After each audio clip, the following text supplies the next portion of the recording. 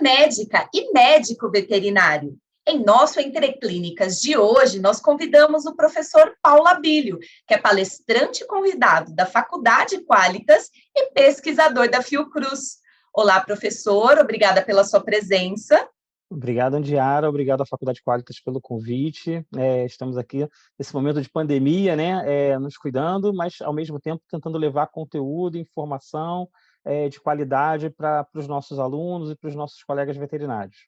Excelente, professor. E hoje a gente vai falar um pouquinho mais sobre a medicina veterinária do coletivo, né, que, inclusive, é uma área tecnicamente nova, né, na medicina veterinária, tem aí aproximadamente 15 anos, e nós gostaríamos de saber um pouco mais o que realmente é a medicina veterinária do coletivo.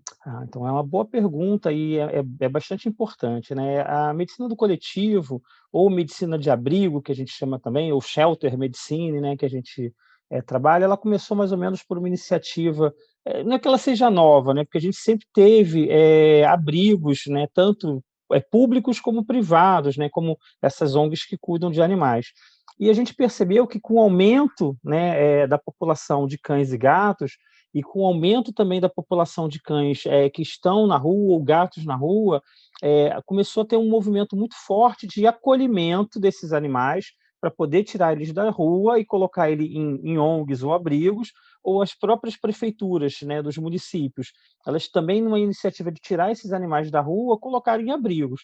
Só que, assim, tirar o animal da rua e colocar num lugar não resolve uma série de problemas que estão associados à doença, ao estresse, à qualidade, e, inclusive, né, era um combate também, né, quando a gente fala da medicina do coletivo, era fomentar um programa que pudesse fazer mais adoção, né, então que a gente pudesse tirar aquele animal que foi para um abrigo e que a gente pudesse encaminhar ele para uma residência onde alguma pessoa, um tutor, pudesse cuidar dele e diminuir a quantidade de eutanásia. Porque nós entendemos que a eutanásia não é uma solução para o controle populacional desses animais. Então, iniciativas simples, como cuidar desses animais, promover acolhimento, encaminhar para adoção, e fazer controle de esterilização, ou seja, controle populacional para que eles não se reproduzam, são iniciativas assim. É muito importante para que a gente possa ter. A gente tem um número hoje muito significativo, não só no Brasil, mas no mundo inteiro, de uma população em animais de abrigo e em animais que, infelizmente, estão na rua por abandono. Então, é muito importante que a gente tenha conhecimento das patologias, dos problemas associados a esse grupo específico de animais que é diferente de um animal que mora numa residência que tem um tutor. Entendido, professor. E quais são as áreas que o médico veterinário estuda para atuar hoje na medicina veterinária do coletivo? Então, a medicina do coletivo ela segue um protocolo assim, mais ou menos parecido com o do curso de veterinária. Então, ele precisa ter um conhecimento importante sobre clínica médica, mas principalmente sobre zoonoses, doenças infecciosas, porque são animais em condições de vulnerabilidade, são animais que vêm da rua ou que estão numa condição, num abrigo com muitos animais, então o risco de contaminação desses animais é muito grande, ou eles já vêm doentes ou infectados, então isso transmite para um coletivo. Então é importante assim o conhecimento de doenças infecciosas, obviamente um conhecimento cirúrgico, principalmente relacionado ao controle de castração, e a gente fala de castrações minimamente invasivas, castrações que busquem efetivamente você diminuir o processo reprodutivo desses animais. Obviamente, a gente tem que entender um pouco de políticas públicas em saúde, né, porque existe uma interface de trabalho com as prefeituras ou com os municípios, com programas populacionais. Então, é importante que você tenha um entendimento e um conhecimento sobre políticas públicas. Obviamente, um conhecimento muito amplo sobre a saúde única, né? Ou seja, né, a saúde humana, a saúde ambiental e a saúde dos animais, então é muito importante. A gente dá uma abordagem também sempre, ainda que obviamente não seja profunda, sobre arquitetura e construção e instalações, então a pessoa tem que saber qual é o tamanho, como é que é um abrigo, o que são as condições básicas.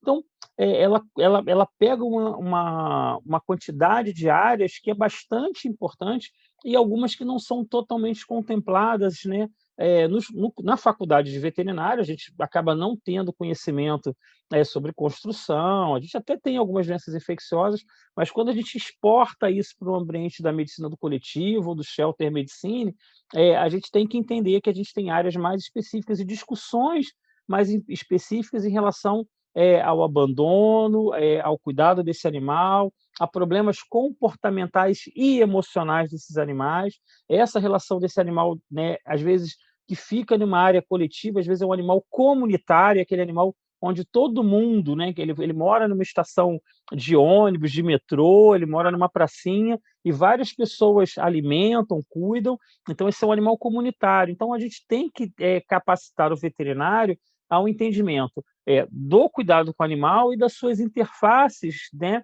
desse cuidado em relação a pessoas, né, e ao ambiente. Então, ela pega, além da área da medicina veterinária, ela pega áreas muito de políticas públicas de saúde única, de saúde ambiental, e, obviamente, sempre assim, da relação emocional que esses animais têm com as pessoas efetivamente. Tá certo, professor. E agora vamos falar um pouquinho sobre atuação, né? Como está hoje o mercado de trabalho para o médico veterinário que quer atuar na medicina veterinária do coletivo? Então, aqui no Brasil ainda é um mercado um pouco restrito, né? Nós percebemos que é um mercado em expansão, porque é o que eu falei, nós temos cada vez mais animais abandonados e a gente percebe um crescimento muito grande de ONGs, né, de abrigos de animais e de grupos que tentam resolver ou dar assistência para esses animais que se encontram em condições de vulnerabilidade. E a gente começa a ver que existe uma demanda do mercado para profissionais que tenham conhecimento nessa área. Não basta você contratar um veterinário clínico geral, ele tem que ter conhecimento sobre política pública, ele tem que ter conhecimento sobre cirurgia, ele tem que ter um conhecimento sobre comportamento animal. Então, não basta ser um profissional que seja clínico, que está ali no seu consultório e que vai trabalhar prestando serviço para uma ONG.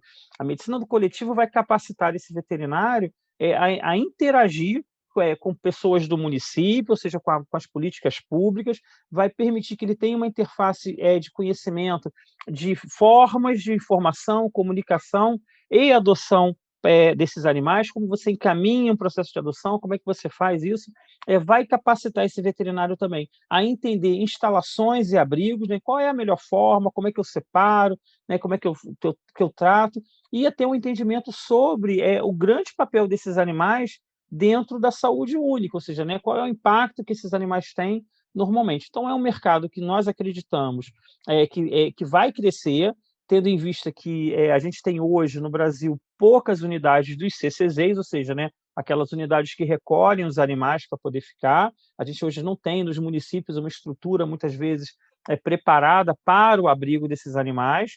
E uma outra coisa que a gente sempre observa, assim, com o crescimento das ONGs, assim, essas ONGs precisam estar, né, associadas ou em parceria com os conselhos regionais e com os veterinários para que você possa ter. Então, eu acho que é uma tendência de mercado a gente ter um entendimento sobre a medicina do coletivo. O modelo de eutanásia que foi usado durante muitos anos, e que ainda acontece, infelizmente, em algumas condições, ele não é um modelo de controle populacional. Então, a gente capacitar e formar núcleos de medicina do coletivo. A gente aqui no Brasil tem a Universidade Federal do Paraná, um núcleo de excelência nessa região, então, e com várias iniciativas positivas. Então, eu acredito que é um mercado de futuro, né, tendo em vista o crescimento populacional, né, e infelizmente, um pouco dessa questão dos abandonos e dos abrigos.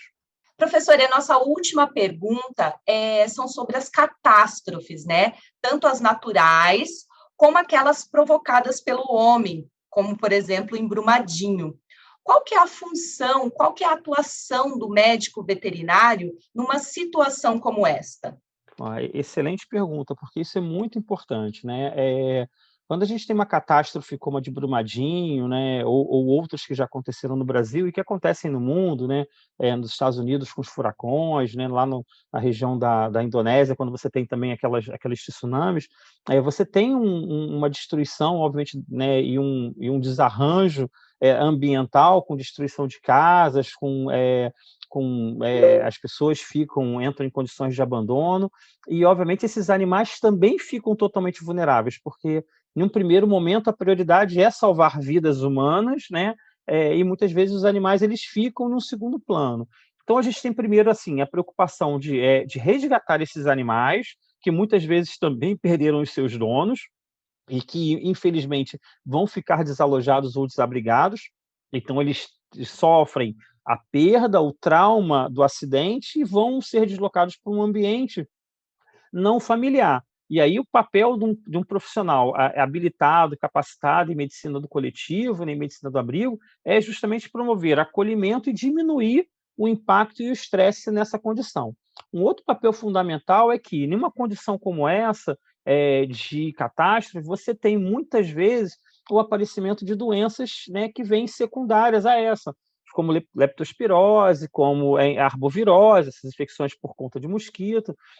Então, assim, o veterinário também ele tem um papel importante de identificar os focos que podem ser potenciais danosos, e isso faz com que você tenha alertas, né, para aquela região, já fazendo bloqueios vacinais, você fazendo reforço de campanha, orientação para o público. Eu me lembro que alguns anos atrás a gente teve, né, e aí eu estava fazendo um trabalho de pesquisa junto com a Universidade Federal do Espírito Santo, e a gente teve a oportunidade de acompanhar, era um momento de catástrofe nos Estados Unidos, na região ali de Nova Orleans, que teve um alagamento, um furacão, e aí a gente pôde acompanhar em tempo real a ação dos serviços de vigilância, do serviço, né, do CDC, e eles, ao mesmo tempo que eles estavam fazendo resgate, proteção, eles já estavam alertando para as comunidades veterinárias, para as pessoas e para os serviços de saúde a importância de fazer reforço da campanha de leptospirose, de raiva, tendo em vista as áreas alagadas e a possível transmissão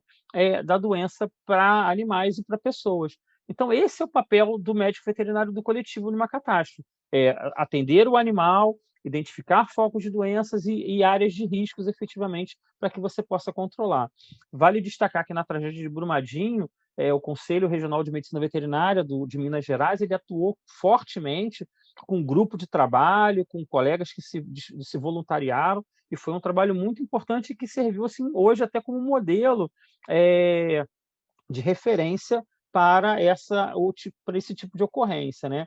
E ainda destacando também rapidamente nisso o papel também que a gente tem dos animais de resgate, né? Então, animais da Polícia Federal, do Corpo de Bombeiros, das polícias civil e militar, muitas vezes, que são utilizados e empenhados nessa força e que muitas vezes ficam horas em atividade de trabalho, né, assim, de resgate, e como existe uma preocupação também tanto do profissional médico veterinário da força, né, com esse conhecimento dessas doenças, porque esse animal também sofre muitas vezes, não por maldade, obviamente, mas ele sofre também o estresse do trabalho de resgate, então, assim, da frustração, da busca. Então, é muito importante que o médico veterinário do coletivo, e principalmente nesses momentos de tragédias, onde você tem tragédias ambientais, o conhecimento, né, de comportamento, de saúde, de sanidade, é fundamental para que você possa atuar de uma maneira assim, sustentável e com bons resultados.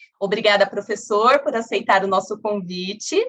Eu que agradeço ao convite da Faculdade Quálitas, assim, sempre é uma honra participar e trazer informações que a gente possa qualificar cada vez mais os nossos colegas veterinários. E para você que se interessou pelo tema, a Quálitas tem a pós-graduação exclusiva de Medicina Veterinária do Coletivo. Para saber mais, acesse o nosso site. Venha para a Quálitas e seja referência em medicina veterinária.